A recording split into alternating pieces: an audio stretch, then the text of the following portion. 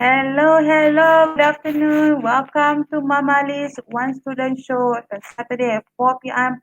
Thank you so much for joining us. Today, there is no way you're tuning in. So, today is about mental health series that I have. So, every Saturday, I will have different series that's regarding our well being. Either it's physical health series, spiritual health series, financial health series, and today is mental health day. And I have my lovely daughter here. Can you say hello? Hi, what's your name? Shakira. So today we have a special guest again, Dr. Nina Hafetz. I've invited her again.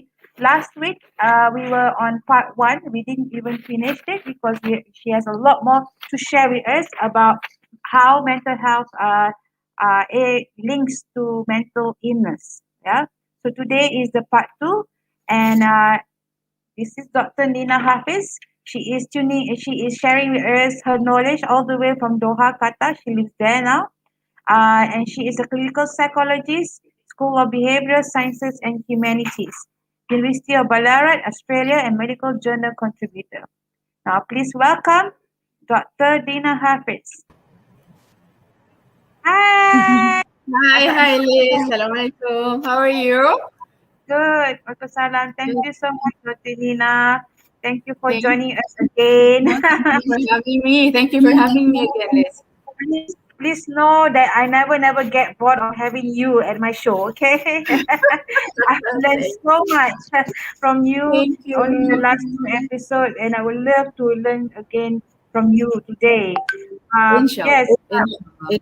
before you get on, I just want to say hello to Rosita Harun. Yeah, she's tuning in from KL. Thank you so much for joining us, Rosita. Yeah, Dr. Dina, maybe you can just introduce a little bit about yourself. You would like to? Sure, Liz. Okay. My name is Nina Hafiz. I am a clinical psychologist. I am a mom of three.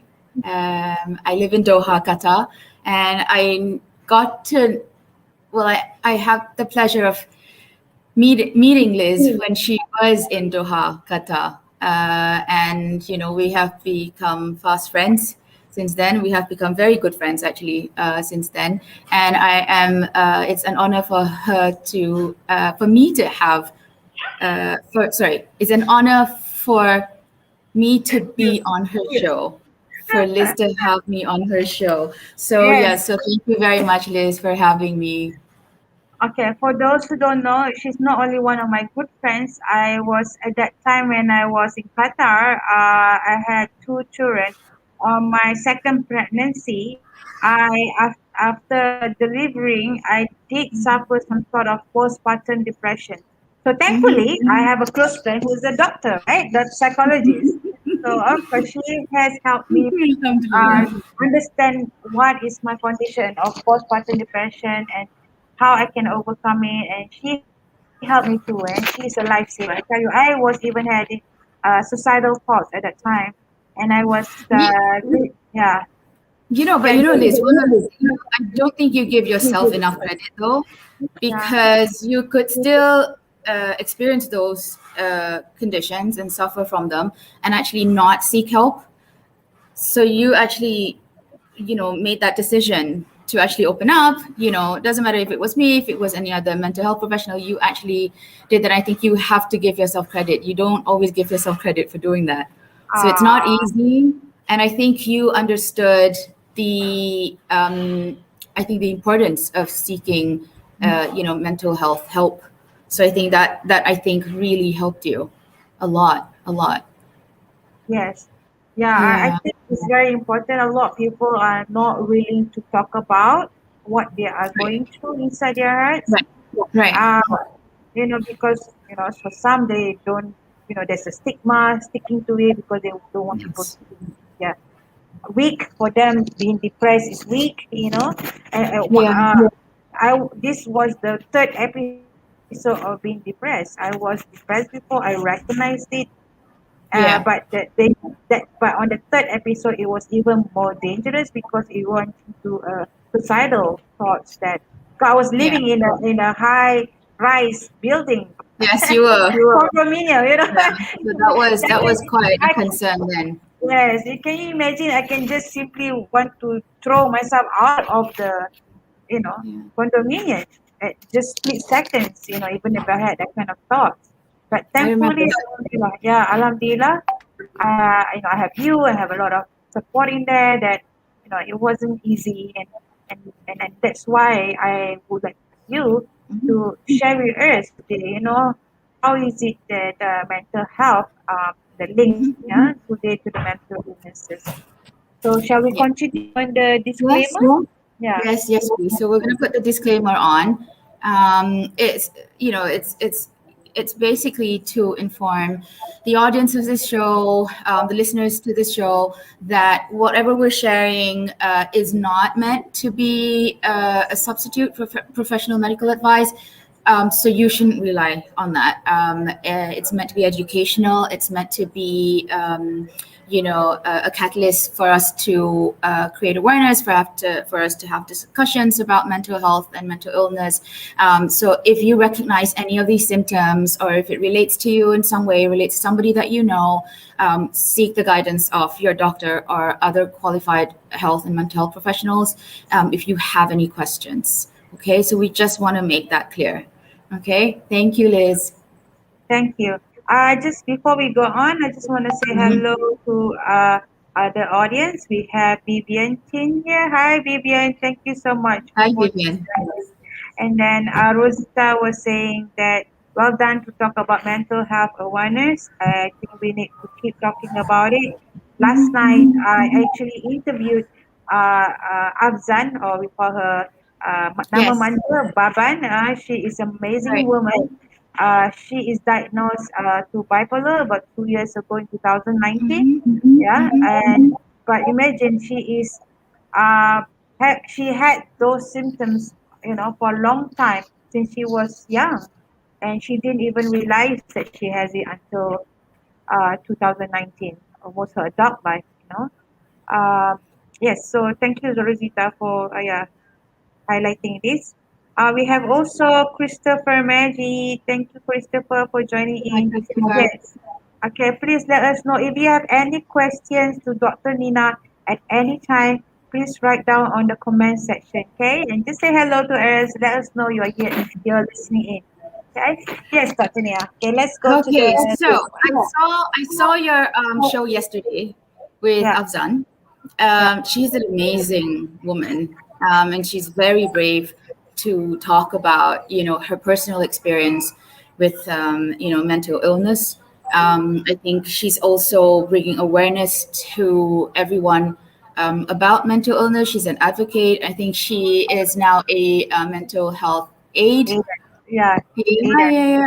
So she is amazing, amazing. You're amazing, Afzan. Um, I like the name Afzan. It's fine for me. I can actually pronounce it, but Liz likes the cute Baban. But I like your name, Afzan. It's a beautiful name. But the idea for Liz and me to collaborate on this is because so at any point in time, any of you, or even yourself, would have had some form of contact or known a person with mental health issues, Yeah. right? And so sometimes you may. So in Afzan's case, she actually didn't recognize that as a mental health crisis. She didn't really. She thought, and I think the stigma was there, the self stigma, the social stigma. I think it was hard for her to process what was going on. She obviously was trying to deal with that on her own. A lot of people think they can't, so they cope in ways that they think it's going to be helpful, but that doesn't always work, right? So the idea is we're trying to bring you information about a route that you could take that is probably a better route than figuring things out yourself or looking on the internet and doing assessments and questionnaires on your own and all that stuff. So the idea is to provide a way for you to seek mental health help for yourself or for others that in a way that I think is maybe more helpful. Right. Okay, Yeah. so So Yeah. You want to recap from our last week? Yeah. So Okay. just a bit of a recap. I've brought up the issue of, the definition of, what people will ask, well, okay, what's the difference between mental health and mental illness? So you have the World Health Organization definition of mental health. I'll let you read it. Essentially, it's been being in a state where you are, fully functioning, you contribute to society, you're happy with yourself, you are able to realize goals, and you are able to have satisfying relationships and friendships, social relationships with others. Now, mental illness is a health condition, right? Pay attention to that word. And it involves changes in emotion, thinking, or behavior. Now, mental illnesses, usually you would see significant distress and you would see significant impairment in the person's functioning. So this would go across different areas, home and social life and work or school. Okay, so just to recap, that's the difference. So you could still take care of your mental health. Okay, so this is something I want to ask the audience. Can you have good mental health and mental illness at the same time? Oh, okay. Right. Question, audience, if Because, you're listening in, please let us know. Can we right. have Yeah. So good mental health yes, and yet have mental illness at the same time? yes, yes. Can So anyone if answer? you go to, okay, so go to slide 4. And Right. this is a recap from the show from last week. So if you go back to that, you would have seen this, right? So the color, I described that by color: healthy, reacting, injured, and ill. So have a look at that, okay? And that's one model of, a mental health continuum. Now, if for you that's watching, for you that's listening, can you answer the question of, can you have good mental health but also have mental illness? Hmm. Okay. I would think. Hi, Jonah. Hi, Jonah. Dr. Nina is just asking. Maybe you can answer her. Can we have what good? Can we have Good good mental mental health. health, Mm-hmm. but at the same time have the mental illness? What do you think, Jonah? Thank you, Jonah, for joining us. Okay. So please answer Dr. Nina's questions if you can and share. Okay. So continue. What do you think, Dr. Nina? Maybe you share. I would Okay. say yes. So okay. So I won't answer. Well, I won't say yes or no to your answer. But if you look at this continuum, it goes from healthy, reacting, injured, ill. So it almost goes like in a sort of linear way. So either you go this way, or you go this way, or you kind of sway back and forth, right? So if you look at that, that's what it looks like. So you would generally expect that a person with, healthy mental health, which means they're functioning normally. You would look at their mood, their attitude. So sleep would be good sleep patterns. They would be, sort of physically well. Have good energy level. Activities and habits are generally sort of all kind of good. Okay. So I had someone make a comment about the green part, saying, okay, so if you have all those, and if you're displaying all those, from mood to attitude all the way down to habits, right? So does that mean that then you don't do anything about it Yeah. because you have those things? So Right. So, my answer was, Dr. Nina, Jonah says it possible. Is it like bipolar? Yeah. okay, so I'll keep that in mind, and then I'll return to that later. So if you could remind me, Liz, that'd be great. Okay.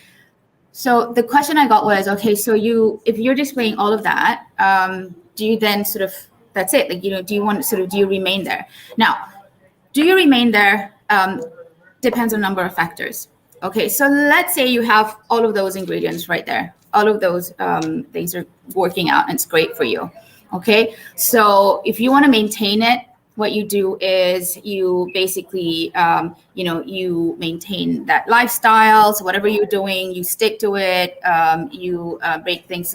So basically, it's keeping it at that level. So making sure you're getting continuous good sleep, making sure you're eating healthy, making sure you're indulging in good healthy activities and social activities. Right. So you stay in that.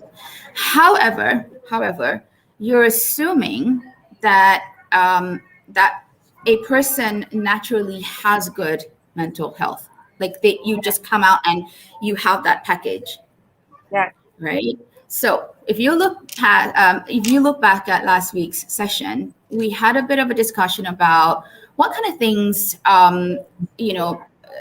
contributes to your mental health, right? So we talked about biological factors, we talked about psychological factors, and then we talked about environmental/social factors. Yeah. Okay, so it's ideal for you to be in that green, sort of bracket there. But that's assuming that you have complete control over everything that happens to you. Right. Okay, so you actually don't have complete control of everything. Okay, so you're talking about external factors now, not internal factors. So you could be that, and then something could happen to you. So it could be a natural disaster. It could be, a job loss. It could be, you lose your home, for example, or you lose a loved one. Those things can then move you along that continuum. Okay, so when you get into the yellow part, that is when you may be experiencing what is maybe mental health issues, not mental illness, but mental health issues. Okay, so now you're a bit more distressed. Okay, now you are a bit more anxious about things, or you're a bit more jumpy, you're a bit more upset about things aren't working out, you're not sleeping as well. Okay, so you can still remain in that. And then again, if you look at that chart, there are things that you can do to kind of mitigate those issues, right? But mental illness is mental illness it has to be diagnosed by a mental health professional. Right. It is significant impairment in functioning, and it affects pretty much all areas of that person's life. And then they have to fulfill a certain standard criteria. Right. So we refer to the DSM-5, the Diagnostic and Statistical Manual of Mental Disorders. And this is the 5th edition, the latest one. So we refer to that, and then they need to fulfill that criteria. So if you don't fulfill that criteria, it doesn't mean that you're not experiencing that distress. Right. Okay. So you could still experience that distress, but you may not fulfill a clinical diagnosis. Right. So you should still seek help. You should seek support. Right. You should do things that help you to get yourself back to that green zone. Example, like me, I use theta healing, right? Right. So if that works for you, if it results in better functioning, you're feeling better, your mood is better, your outlook is better, and then slowly you're finding that you're sleeping better, you are socializing now, and so if that starts to be kind of like, oh, this is kind of nice, you get a feeling of, because usually we can tell when we're kind of in distress, right? So it doesn't take a mental health professional to actually notice someone and go, oh, like they look a little bit worried, or they look a little bit down, or they're looking a little bit upset. Okay, we all actually have that ability to notice it. Okay, but at which point when we say we will look at there's something going on, right? Right. So like I said, it's when you see changes. So if you go to slide 5, Okay. go to slide 5. This is another model that explains mental health and mental illness, the link between mental health and mental illness. So now in this model, so to answer the question, to answer, to referring back to when you said yes, you are right. You can actually have good mental health and and then mental illness at the same time. So that's possible, okay? Provided that your mental illness is actually managed. Managed, right? So you're Okay. getting help. You're getting help from a mental health professional. You're going to therapy. It could be individual, it could be group therapy. You're doing things that are evidence-based. So basically, methods that are used by mental health professionals that are efficacious. Efficacious means they've done research and they go, okay, this works. So there's evidence that the methods work. Okay. So if you look at that model, I won't stay for too long on that model. So it is also possible for you to have low mental health, but low mental illness. You mean on the right side? You mean there's no mental illness? So okay, so if you look at low mental illness, low mental health and right, low mental illness. Right. So if you look at this as a clock, okay. So high mental health is 12 o'clock, low mental health is 6 o'clock, and then you have 3 and 9. Okay. So if you have before you go on, is this assuming everyone have an inherent mental illness? Can you say that again? That because based on this model, it shows it shows as if assuming that everyone or have inherent mental illness is either is high or low. No. That's not what it's trying to say. So if you look at, I think the word high and low might be slightly confusing. So I think if you use maybe the word good mental health and maybe not so good. Okay. So if you look at mental health, you look at everyone, a person that checks all the list of what good mental health looks like. Okay. So from 12 o'clock to 2 o'clock, if you're looking at this as if it's a clock, they're flourishing. Flourishing means they're doing absolutely fabulous. They're doing great. Yeah. Okay. So they will still experience inconveniences. They'll still have challenges. They'll still have those things.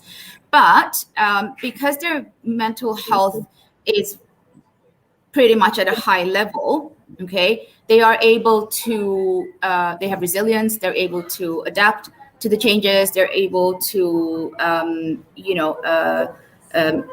do whatever they need to handle that stress level and do whatever they need to kind of get things back to a balance. Okay, so that would be the optimum. So, ideally you want to be there. Okay, so you're functioning, you're great, and no mental illness. Right.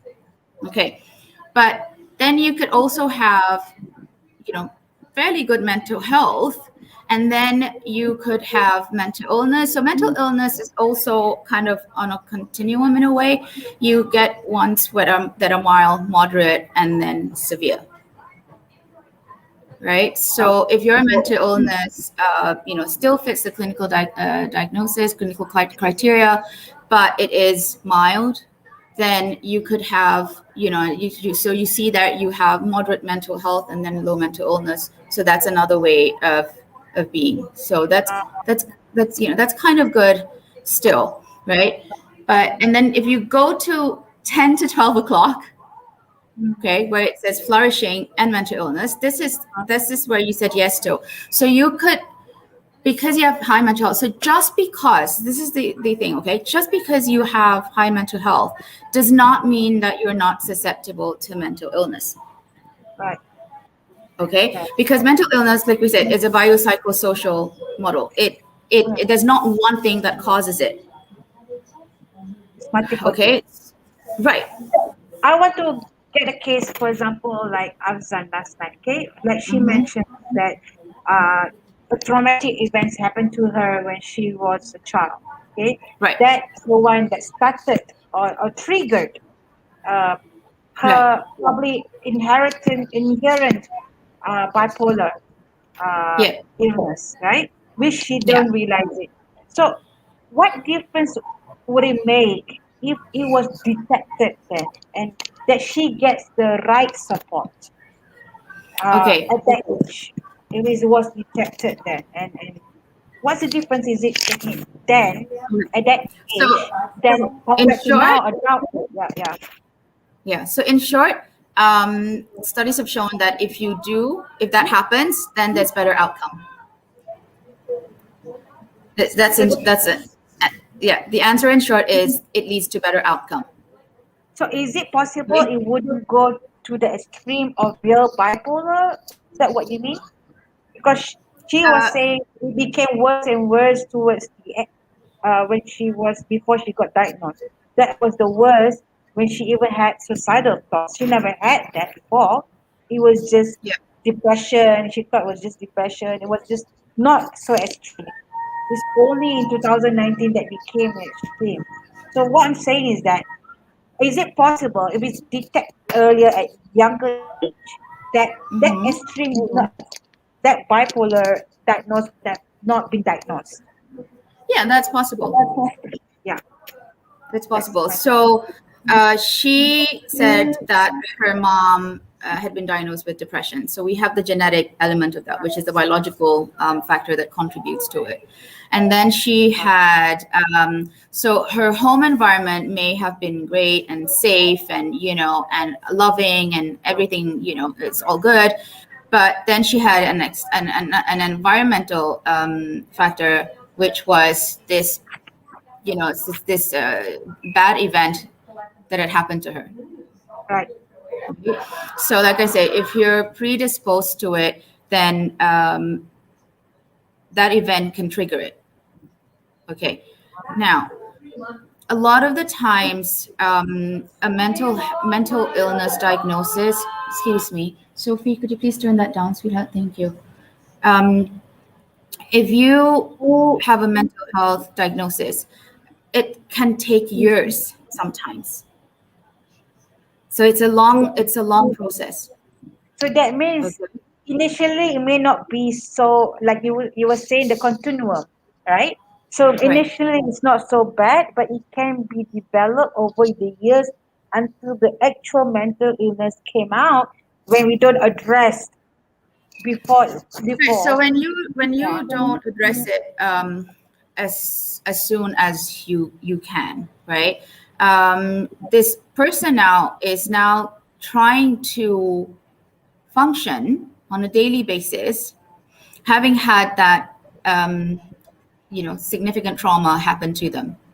So Right. as the day goes by, even if you're functioning fine, there are things that you are frustrated about on a daily basis. There are things that you can't control. There are things that you are annoyed about. You have, challenges here and there.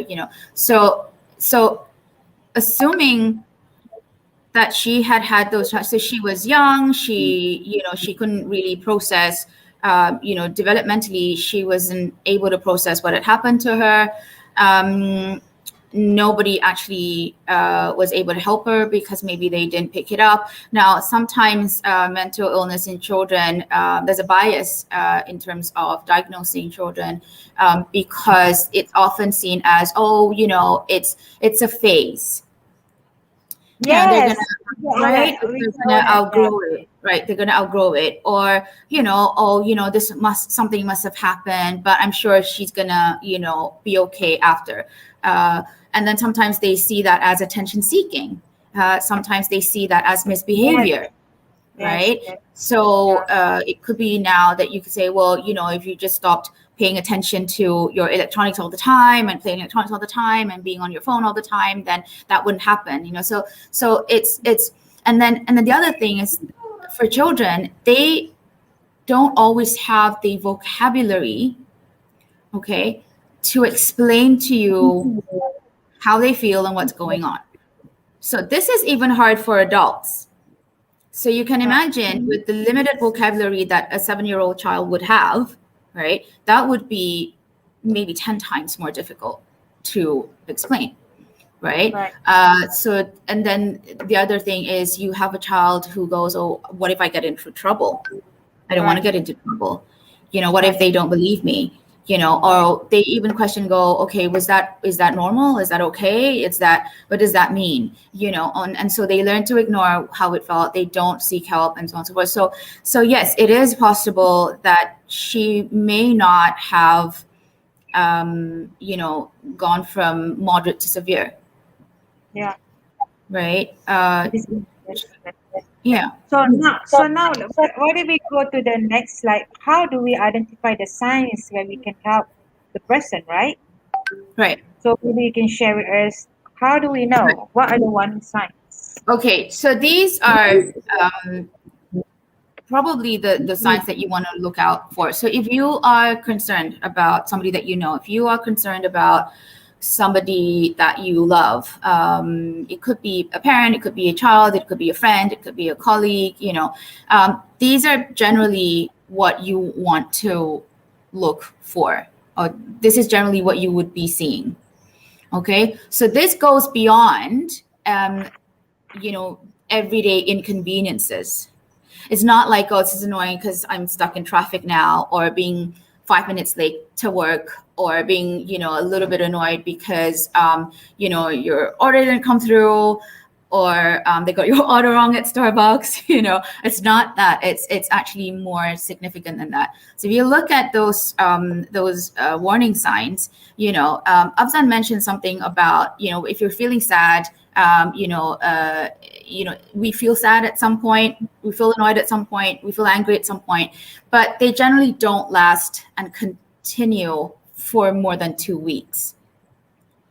So if that happens, and that's one of the diagnostic criteria as well, where we're looking at duration.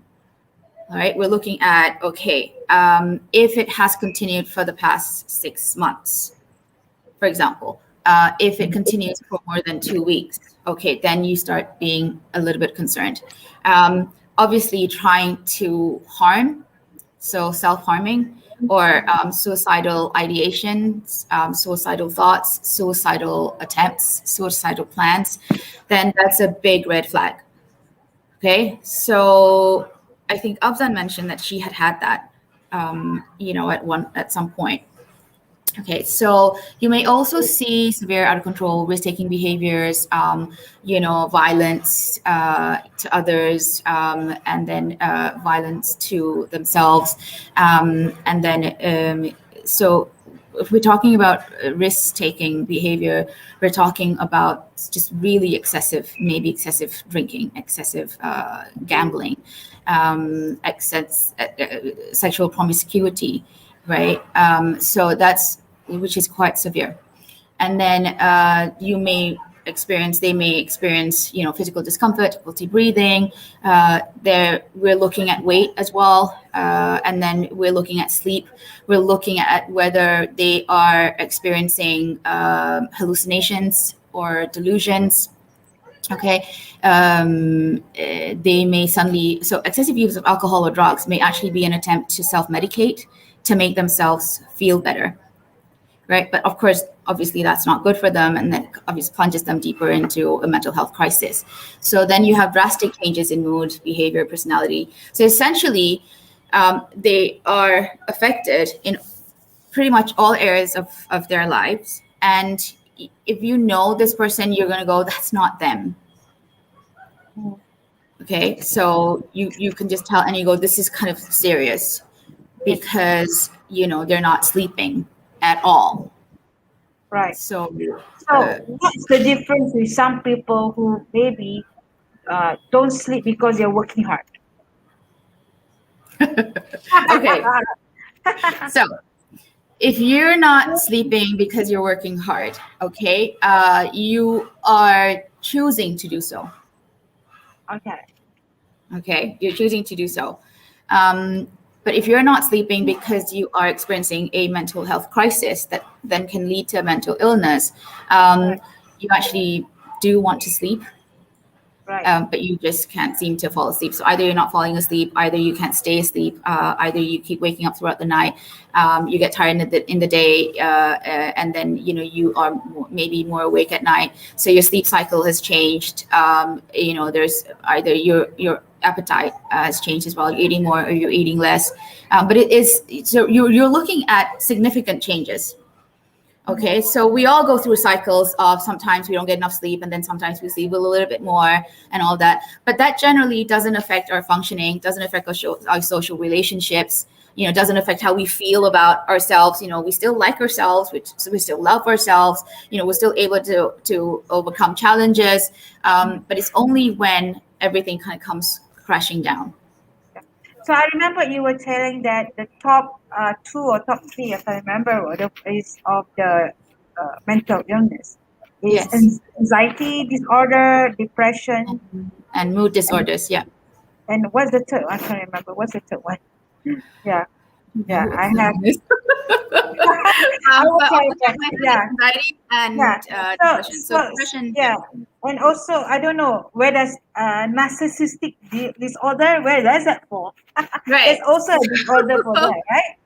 So it So is. Narcissistic personality disorder comes under personality disorders. So narcissistic personality would come under cluster B. So I think this may make more sense when we actually go into it. So, if it's something that your audiences are interested in, we can definitely go and talk about. Because people are usually thinking, well, how are you having a disorder with your personality? Right? okay, How can that right. happen? How is that a mental And illness? I have an experience when I witnessed a person, we were having lunch or something, and then suddenly, there's someone on the counter of ordering food. He was on top of the counter. There's a bell ring, yeah. So this guy was like waiting for his food while ringing the bell, pom pom pom pom, playing around with the bell. And then the person I was having lunch with just got up, went there, was getting so angry, wanted to hit that guy Okay. because he get annoyed over the noise. And I noticed that some people that I know also, they get so annoyed, so angry when there's noises of kids or noises or something that's regular, ping ping ping ping or something like that that annoys them. Does that could that be a sign of some sort of So disorder? that I don't could know. be maybe a sign of stress. That could be a sign of anxiety. That could be a sign of sensory processing disorder. So a lot of mental illnesses, have similarities in terms of the symptoms that you see. Right. Okay, so in order for me to for sure tell you what it actually is, I need a lot more information than that. So normally when people know all these signs, oh, okay, something is not right a little bit here. But how do we talk to them? Like Azam was saying, it's just okay. Why don't you just talk to the person, see what's going on, and just listen without judgment? Yeah. Right. So, but how? At what point you think is the best? I mean, do we say share? Oh, maybe you need to because this is the stigma, right? Yeah, Yes. or people thinking they don't want to seek help because there's a stigma. Oh, I don't need to see psychiatrist or psychologist, or I'm not crazy, or I'm not collecting. It's normal. So, Hmm. so how do we approach that subject? Because it's not still as open book, right? Of course, now more awareness on mental health. Right now, people are able to talk about it more. Yeah. So, but the thing is, there is still that stigma. Maybe we will share this statistic, right? Yes. So that is reasons for not seeking professional help for mental health issues in Malaysia. So that's of June 2019. And the main reason for that is people are unsure of how to get help. right? Ah, And then they're concerned about cost, and then there's the feeling embarrassed, or it's a social stigma. Now that's interesting. If you look at that number, those numbers, though, I would have thought that the stigma attached to mental health would have been the probably highest. right up there. Yeah. Yeah, Yeah. yeah. I would have thought that that would have been, so I don't have enough information to discuss, so what were the sample, what was the population, how many were sample size, age and gender, and, socioeconomic status and all that stuff that we usually factor in as variables when we're conducting experiments and collecting data. So I would have expected that that would have been there. So if I had to guess that sample population, I would guess that that would be a young population, Yeah. young, educated, and but I could be wrong, because it seems that they're not so bothered about the stigma. They're actually more concerned about, well, I actually don't know where to go. So if you're saying you don't know where to go, you're telling me you actually think that you may need support, but you just don't know where to go. So maybe I can just ask the audience what you guys think within these 1, 2, 3 reasons that a lot of people are not really very uncomfortable to talk about these things. Maybe you guys can share on the comment section whether is it a stigma of not knowing how to get help, or maybe you can share what if you notice people you think, oh, I think they need help, and you stop yourself from talking to them and sharing with them, see what's going on. What stops you from finding out that person that you think needs help? So maybe share in the comment section. So, Dr. Nina, yeah, continue with. So, what Yeah. do you So think? How do it's we not approach? easy. It's not Yeah, easy to go up to someone and tell them that they need mental health support. yeah, Okay. It's not easy pointing out to them, I think you're going through a mental health crisis. I think you need to seek a professional, help from a mental health professional.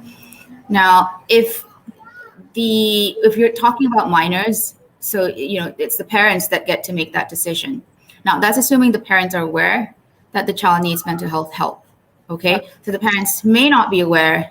It may have been brought up by a counselor at school. It may have been brought up by another family member. It may have been brought up by a teacher, perhaps. So yeah, individuals, adults who come into contact with the child. What would be helpful would be, for example, if the child has regular pediatric checkups. right, It's something that the pediatrician can bring up. The pediatrician can point out concerns. Sometimes, like I say, sometimes it's schools. Sometimes parents come through because school has brought up concerns of the child's social, emotional, behavioral issues at school. And sometimes it might be a concerned family member. It's not easy. Now, that we're talking about minors. How do you do that with adults? this is my sister Emma Fatima. She said, "Mom didn't let me go." She would right now. So I think, so if you, okay, look at it this way. If you have a physical health concern, okay, so medical concerns, right? You have excruciating headaches, or you have excruciating back pain. You cannot get up. You can only sit in a certain position. And thank you, My Emma. sister. Um, you wouldn't hesitate to seek medical opinion, right? You would go, I need to go to see the doctor. Something's going on, something's not right and stuff. We need to get people to get to that level where they go, okay, my mental health need help, Yeah, right? And that is done through awareness. That is done through working through social stigma. That is done through making mental health support accessible, making mental health maybe a syllabus at school, so that we value mental health as much as we value physical health, right, right? right. And So it's the so awareness. awareness that's important then. Yeah, it's mental health literacy, isn't it? It is that awareness, and it is actually giving that same um, uh, priority, same level of importance to mental health, because as we spoke last week, mental health can affect physical health, Okay. So right? yeah, exactly. So that's why we have all these different mental health professionals Yes. Yes. that So can these are support. the people that you maybe refer to, would come across, across different settings. Okay. Right. If you're at a school, it may be that you have access to a school psychologist. You may have pastoral care. So my children here, the schools are, they go to a British school. Uh, and the school has pastoral care. So basically, it's like a counselor, and they actually assist students. Just like you would have counselors at schools in Malaysia, right? Okay. So you generally find them in different settings. Yeah. So now I just want to ask you, what's the Yeah. difference between psychiatrists, psychologists, counselors, and all these therapists? So where you see there's also even psychotherapy. So how different are they to psychiatrists? Okay. So, if in an ideal mental health setting, and I had the pleasure of being in one when I was, doing clinical work at the Royal Melbourne Children's Hospital in Australia. You would have a psychiatrist, you would have a clinical psychologist, social worker, counselor, you would have a psychiatric nurse. So generally, Right. the team would come together, and we'd have meetings where we would, discuss the patient's, situation, the file, and then we would obviously do what we're supposed to do with that information, and then again we collaborate and we bring that information together, so the patient is getting support across different, because everyone has their strengths. So if you go to a psychiatrist, in order for you to be a psychiatrist, okay, and people often ask me this question as well, in order for you to be a psychiatrist, you would have to go through medical school first, so you have a medical degree, and then you would then specialize in psychiatry. Okay, so a psychiatrist generally would be able to prescribe medication. Okay, so in most countries, only psychiatrists are able to provide medication for psychiatric illnesses, so mental illnesses. So in some countries, for example, the USA, you can actually take a separate course, if I'm not mistaken, and you can actually be licensed. Even if you're not a psychiatrist, you could be a psychologist, but then you could be licensed to prescribe medication. But generally, in most countries, I think including Malaysia, only psychiatrists are able to prescribe medication. Yeah. Okay, so in order to be a psychologist, you would have to do a bachelor's degree, specializing or majoring in psychology, and then anything else that you wish to, whatever combination. But it has to be majoring in psychology, and then depending on the requirement for different countries, you will then move on to postgraduate studies. So in order to specialize in different areas like forensic psychology, industrial psychology, clinical psychology, experimental psychology, social psychology, you would have to do either a master's or a doctoral degree or a PhD.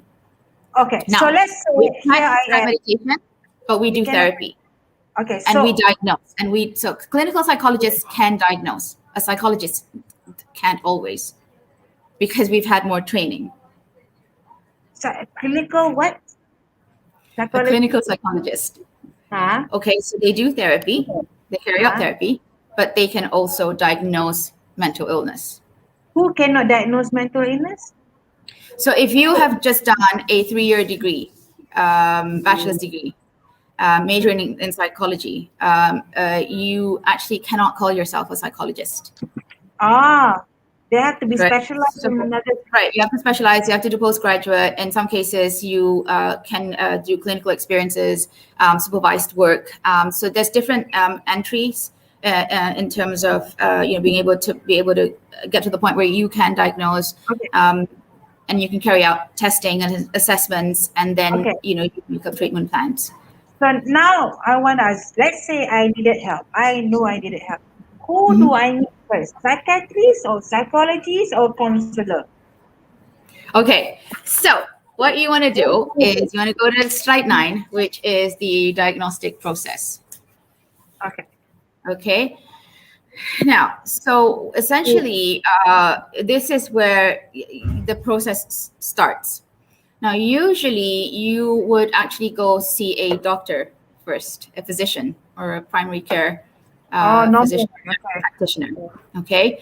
Now, the reason being is that there are a lot of medical conditions that can mimic psychiatric conditions. Okay. Okay, so you go see a doctor, and they need to rule out um, uh, organic causes, which is medical causes for whatever you're experiencing. Fatigue, low energy levels, loss of concentration. You know. Low moods, appetite changes, sleep changes. They actually need to rule out medical reasons for it first. All right. Okay. So I actually prepared something, but maybe at some point we can do that maybe next time, where I can actually point out, and you'll be very surprised at how those medical conditions can actually mimic a lot of psychiatric conditions that we would usually, symptoms that we would diagnose. So Yeah. then what happens after is you then go through lab tests. So they may ask you to do a thyroid test to check your thyroid levels. They may ask you, because with thyroid, hyperthyroidism, you can either put on weight, you can either lose weight, and then you have sort of low energy levels, and sort of so on and so forth. So the lab testing will also look at alcohol and drugs. Right, so they may check your urine, they may check your blood, and then they may test you for alcohol and drugs. Right. Okay. So once all of that is done, okay, they may then be referred to a psychiatrist or a psychologist, a clinical psychologist, for evaluation. Okay. So this process can actually take quite a while. Right. Because you go to a doctor, and then the doctor goes, oh, actually you're fine, Yeah. and then they go, okay, and then you go, okay, but then I'm not really fine, and then they go, oh, actually there's a medical condition. So Yeah. they treat the medical condition, but then they realize so it's possible for you to have that medical condition as well as having a mental illness. Right. So they're kind of all intertwined in that way. So after treating the medical condition, they go, oh, okay, we're still seeing symptoms of mental illness, and so now this is maybe the point where we refer you. So if your lab tests are coming back fine, and there's no alcohol, substance abuse, drugs in your system, thyroid levels are good, and so on and so forth, they go, okay, maybe this is the time when you need to actually go see a clinical psychologist. So when you go to see a mental health professional, okay, it depends on what what your mental health system is in your country. So you may not actually have access immediately to a clinical psychologist, right? So in a government hospital setting, general hospital setting, private hospital setting, private clinics, that might actually be very different. So you may actually go through a number of different mental health professionals before you actually get diagnosed. Right. So before you're diagnosed, we actually go through a rigorous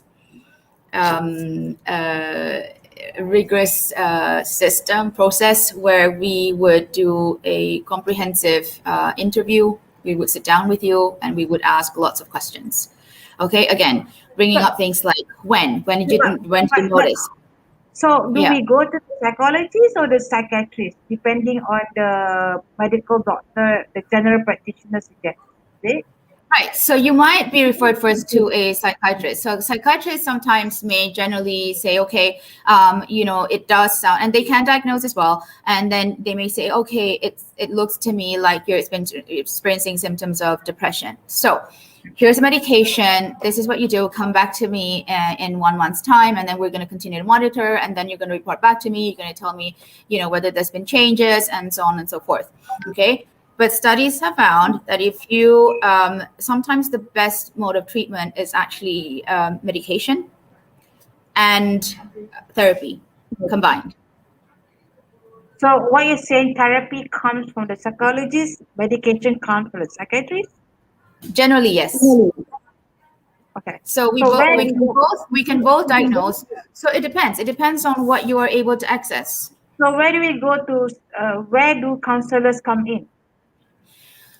Okay, so counselors will have their own system. Counselors cannot diagnose, and they cannot provide prescription medication. But can they provide therapy?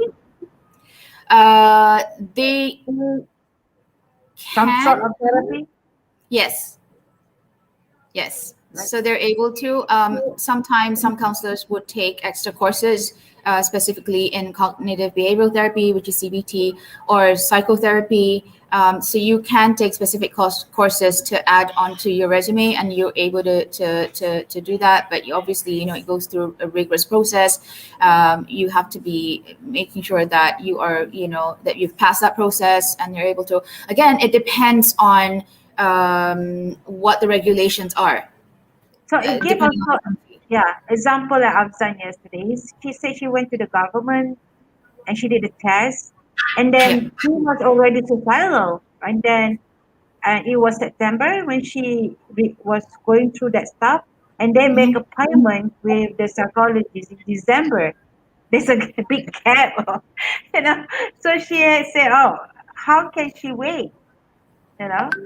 So yeah, I think that is now we're going into the issue of, how there's not enough mental health professionals for the population. So I think there was a recent article, I think it was by Health Institute, and they're talking about, how. Yeah. So that means they can obviously if you're understaffed and you're overwhelmed, it's actually really unfortunate, because then you can't provide that level of care that you would want to, and to prioritize that level of care to persons. So again, it depends on who you have access to, what they're able to do for you. What setting you find yourself in with them. Like I said, sometimes the process of diagnosis can take years. Yeah. So Alia's here. Hi, Alia. He said we see the news reporting with the COVID-19 movement control order more and more saying they are feeling stressed and depressed, and they are concerned with their mental health. Do you see an increase of people actually seeking help?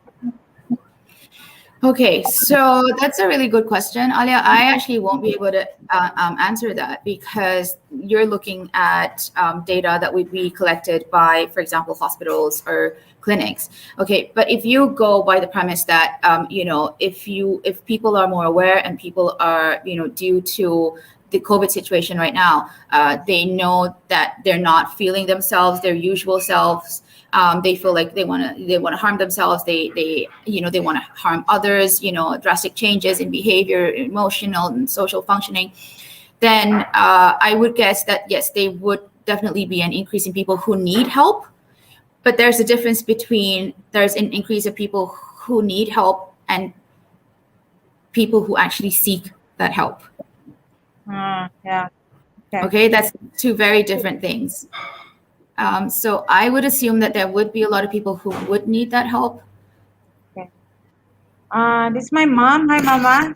Lina, what are the difference between borderline personality disorder, mental disorder? Okay. I can't answer that in one sitting. Borderline personality disorder is a mental disorder. It is in the DSM-5. It is a cluster B. Again, it is a cluster where it's histrionic and borderline personality and narcissistic personality disorder. So the one thing that defines them is the mood instability. So it's emotional instability across, but they are quite different. but there are some similarities between them. So that is actually classified as a mental disorder. So people get confused because you see the word personality and you go, how can you have a personality that's disordered? But I think if we have a chance to talk about that, I think it would make sense Yeah. once we delve deeper into it. Yeah, Mama. Next time we will have a Okay, more that's zoom a very on this. interesting Yeah. topic. I think that's a topic that people are, obviously very interested in. So And you see that so on social back. media as well.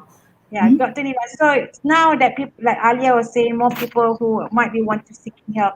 So this would be different areas that they could seek help, Right. right? So once you are diagnosed, okay, and you receive a clinical diagnosis, you then obviously, will be directed by your mental health professional um, onto sort of the possible treatment interventions. Okay, so in some cases, you may need medication. You do have the right to refuse medication. So some individuals go, well, I would do therapy, but I don't want to take medication. Hmm. Okay, Um, Dr. yeah, Nina, and I so want to ask. yeah. Now that is the after they are diagnosed, but before Mhm, diagnosing, mhm. okay, is there a way? I mean, if like you're saying, like okay, I'm feeling depressed, I'm feeling stressed right now. I need to go to the medical doctor and tell them, oh, doctor, I'm feeling depressed. Normally we jumpa the normal doctor is because of physical health, but no one's meet the normal doctors for mental health. In Malaysia, nobody goes to the clinic. Hello, doctor. I'm feeling stressed. Something going wrong. They would. Why are you meeting me? Because they would never. No, I have Okay. never heard any medical clinic doctor will accept. I'm feeling depressed.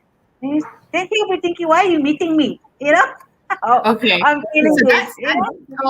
that's actually not true. I think doctors receive training to identify mental health distress or a person going through a mental health crisis. So when you come in and you tell the doctor, one of the things they would do is they go, okay, like I said just now, there are medical conditions that mimic mental illness. So what you're saying now, this is the Yeah. myth. That means I had that belief that we only meet the normal No. doctor clinic just for No. physical health. So what you're No. saying to me, we Yeah. can go meet all this clinic Yes. doctor, normal doctor Yes. kesihatan or clinic kesihatan. Hey Yes. doctor, I'm not feeling well, I'm feeling depressed, I'm feeling this, so and so. That means Right. they would want to see us even though Mhm. it's not a physical health. Right, right. So they are obligated to see you and then to listen to your symptoms and whatever concerns that you have about yourself or about your minor that you're taking care of. And then so the thing is sometimes if you come straight to me, I would actually send you back to a general practitioner or a physician or a pediatric a pediatrician. I would actually send you back because I need to make sure that whatever you're experiencing is not a medical. It's not caused by a medical condition.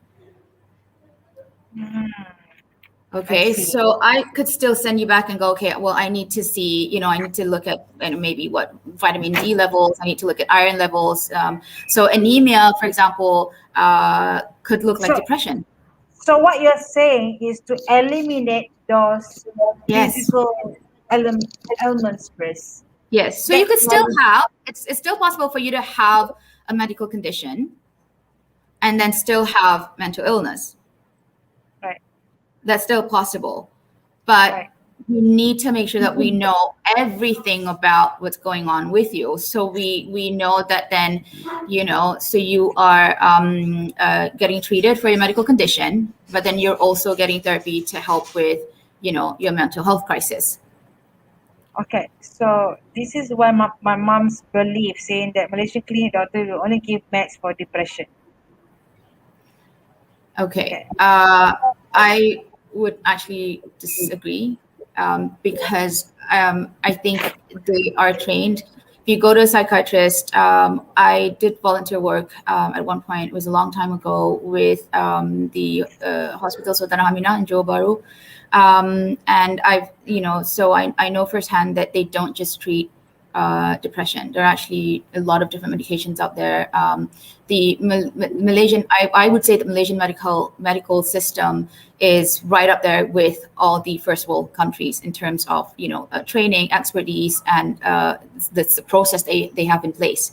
So what's you're saying, they will do treatment not only just using medication, or they will also give do therapies or organize something So that is suitable for them. sometimes if the depression, for example, let's talk about depression. If the depression is severe, okay, we can't actually start therapy until the depression is treated. Okay, Right. so you may get severe depression where this person cannot even get out of bed to go and see a psychologist. So we can't do therapy if they find it hard to actually get out of bed.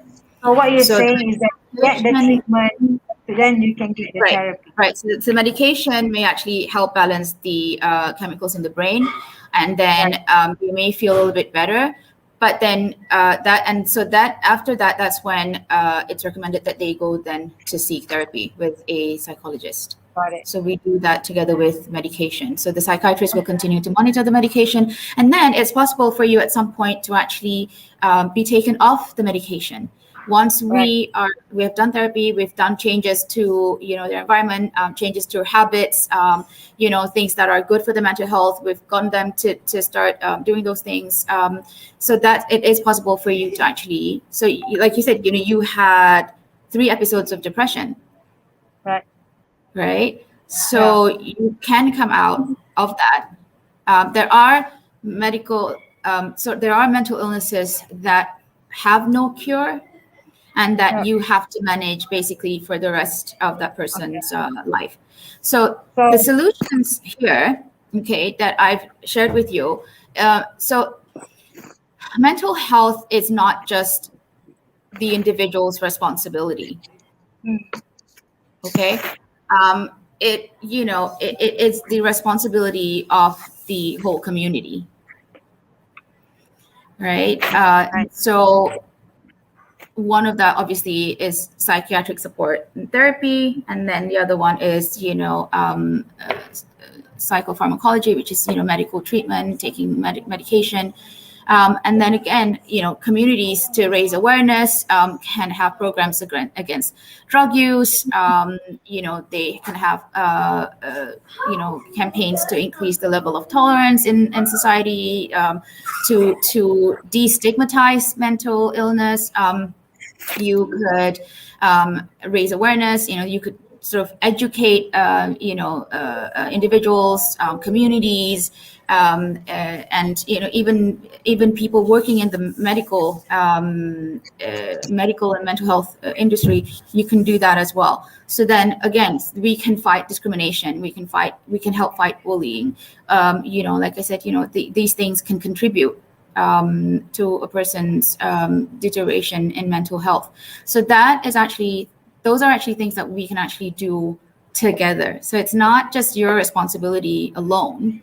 And I'm not saying that, okay, well, you are responsible for another person's mental health. No, it's just that you could maybe contribute to making it better.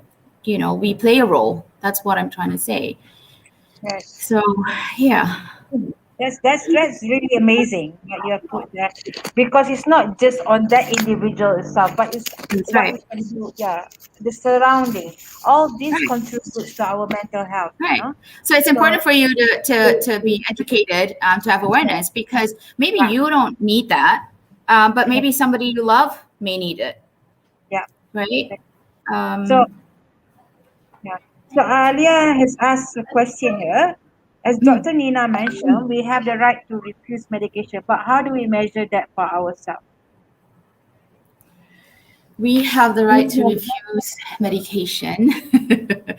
How do we measure that for ourselves? Okay, so again, it's awareness, and obviously have our own set of beliefs about what, chemicals can do to our brain. So Okay. we may refuse that for our child, we may refuse that for ourselves, sure.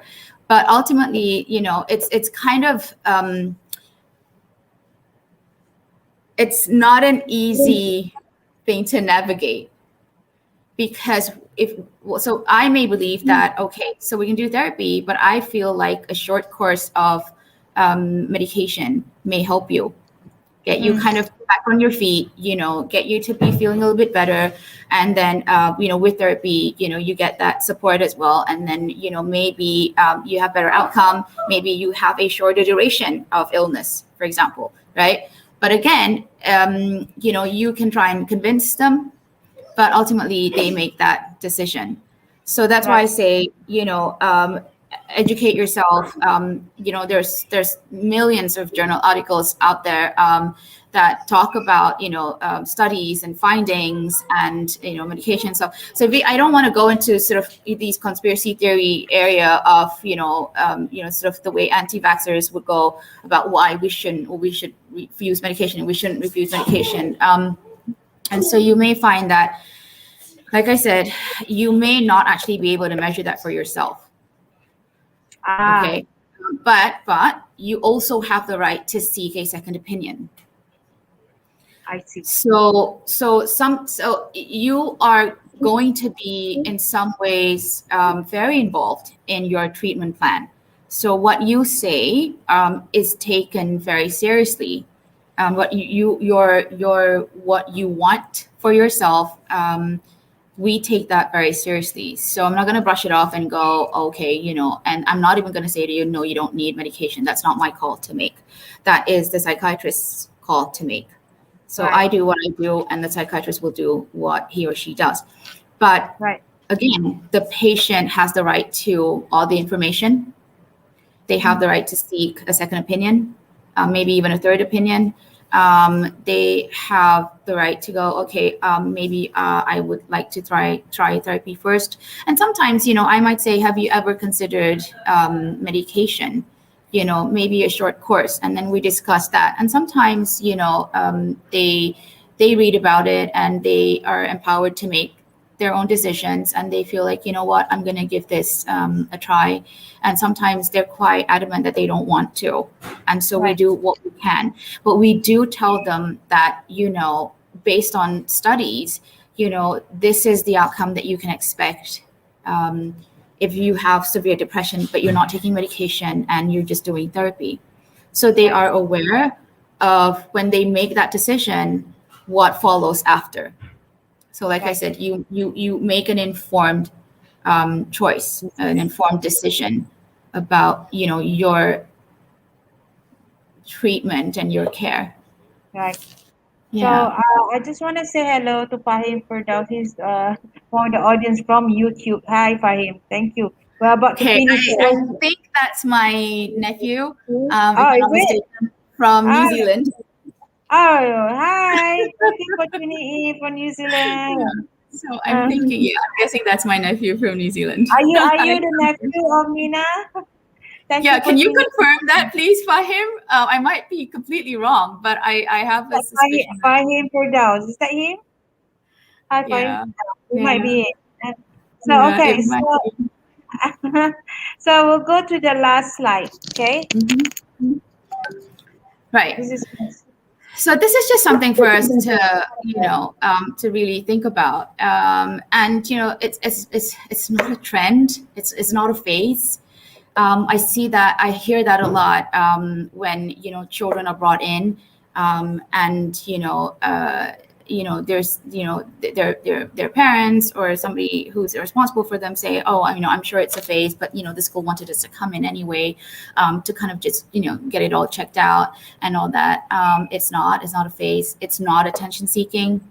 It's not an excuse. People don't actually choose to have mental illness. I think that's what you need to really take home with you and take away from this, is that people don't choose. Given a choice, who wouldn't want high mental health? Because that's a great way to live, right? And it's not something that you can kind of just snap out of, right. right? And this is the other thing. It is a form of disability. Right. So it's not always visible. You can't always see it.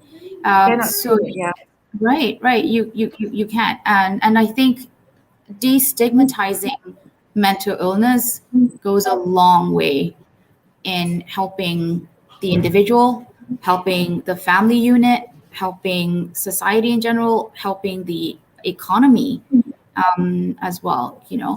So yeah, so whatever you're doing with this, Liz, is amazing because it needs to be out there. People need to know this.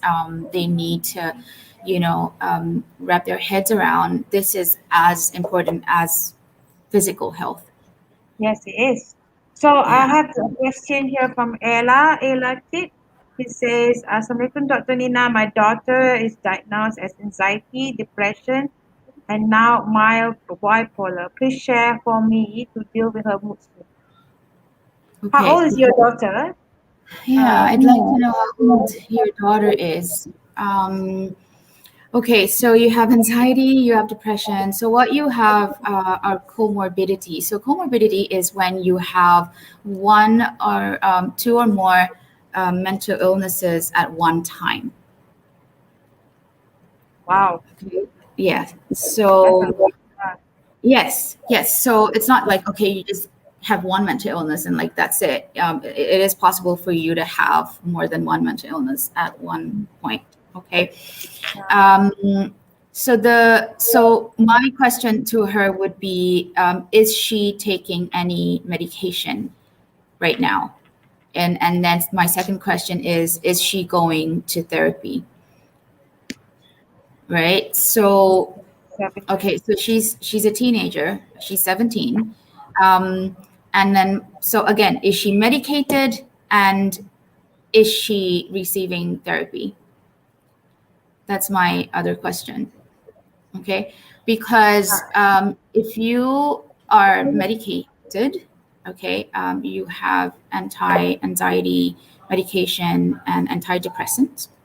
Okay, so if you have depression, and this is from what I know, if you have um, depression, no, if you have bipolar or one or the other, you cannot be given the same medication.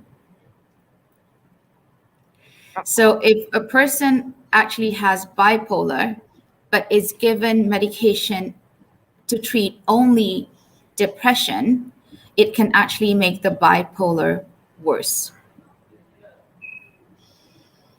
Oh, so then how So does she do that then?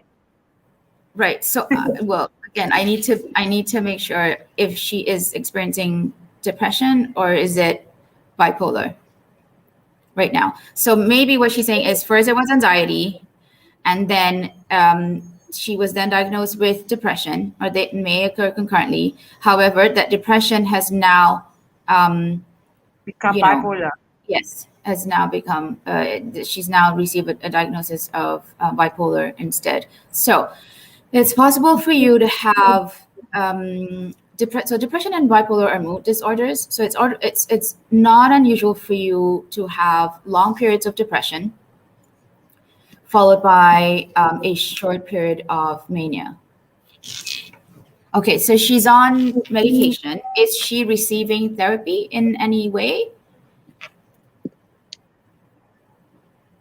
So, okay, so again, depression and bipolar are mood swings, are mood disorders. So she said that her daughter is experiencing mood swings. How do I deal with that? Right? So one of that is if she's on medication, I'm assuming that the medication is able to control her symptoms to a certain degree, right? I have to know more about what the mood disorder, what her mood in as a mood swings look like, how frequent. Okay, yes, doctor. So she's getting therapy as well. So that's a question that I would ask the therapist that she's working with. That's a question that I would bring up with the doctor that's prescribing the medication. Okay, so Sometimes it takes a while for you to adjust the dosage. So you might go back and forth, and before you actually arrive at the dose that actually is optimum for you, that works for you, right? So it's not like it's not. Sometimes you may actually need to switch medication because one medication doesn't work for everyone. Okay, Nina, I think I know what she's saying. I think she's asking you if the daughter is going through that moment, okay, whether or not, how does she herself handle Okay, her daughter right. going through that moment? So so so okay. When that person, when okay, if we're talking about a person who is experiencing mood swings because of bipolar, okay, uh, the person actually doesn't have full control of what is going on with them. And a lot of the times they actually, once they calm down, they actually have very little memory of what happened prior. Right. Okay. So I would ask how severe the mood swings are, how frequent it's happening, how long it's happening at one time, and then I would ask what I think Ella is her name, what she's already doing to help, what the daughter is doing to help. But you must understand that if she is going through a bipolar episode, okay, she's not necessarily fully aware of what she's doing. So what can Okay. Ella do Right. to So they might be moody. So they might be very irritable, yeah. Does she very does she easily give her annoyed. time, or does she Right. stay away, or does she leave her alone, or does she go Okay. there and So support her? so So what does she first, do? so the first thing you want to make sure is that that person is safe. Yeah.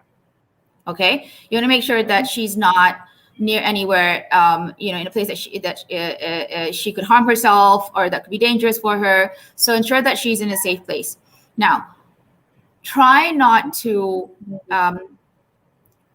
react to the mood swings because, like I say, first they're not aware of it and they can't help it, Right. and then afterwards they actually don't remember it that much. They have very little memory of it. Okay, so when you react, and you react, say, in a negative way, you can actually make the situation worse, So right? Because they are highly, they're actually, all the emotions that they're experiencing is magnified. so what you're saying, negative way, what So showing faces or the right. So anger? if she is moody and she starts arguing with you and starts shouting or okay, don't give in to that. You have to actually tell yourself they're actually not fully in control of what's going on. Your main concern is to make sure that your child is safe. So does she keep Okay. quiet? What does she And do? then later on, so you can actually say things that are, that are helpful, like you could acknowledge that she's feeling annoyed right now.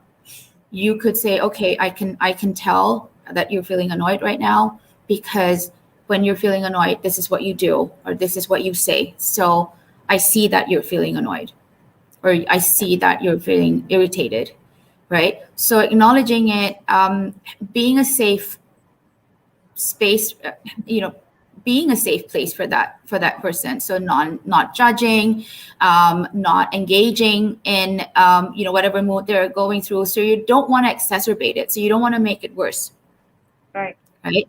So again, make sure that the person is safe. Make sure that you can provide a safe space for that person. You're not trying to exacerbate the issue. You're not trying to make it worse. Acknowledge that she is not fully aware and not fully in control of what's going through, but sit down and reassure her. I can see that you're very annoyed. I can tell that must be very difficult for you. I can tell that that's not easy for you. I can tell that that's very uncomfortable for you. Acknowledge that, and then be with them and stay with them. So Okay. that means don't ignore them, but to stay with them and make them feel Yes. safe, that they've been Yes. acknowledged. Yeah. So even if they're not a child, still just make sure that they are safe and they're safe from harm. Okay. And then be that safe place for them. Don't exacerbate the issue. Acknowledge what they're experiencing. You can reassure them and say, okay, I'm right here. When you're ready to talk, if you want to talk, I'm right here. tell me what I can do to help. So they may not be able to say those things as well, and they might just be, all caught up in their moods. But like I said, be there for them. And then Awesome. again, always communicate with whoever they're working with. So if she's obviously a minor, work with the communicate and have open communication and engage with the people that are, you may want to record things down so that when you at the next appointment, you can share that with the doctor, because that person themselves, so her child, may not be able to remember whatever that's happened and may not be accurate about whatever has just happened, right? So you can provide that information so that she gets, better care. Oh, so I think that's a very valid, important point to record it so that they know how many times the episode went, how frequent, and how many times, Yeah. and all that, right? And the timing. Yeah. Yeah. And what So triggers, what is also what triggers it. right. So if with bipolar, they can also be in a state of confusion, in a state of, not feeling sort of stable and not feeling secure.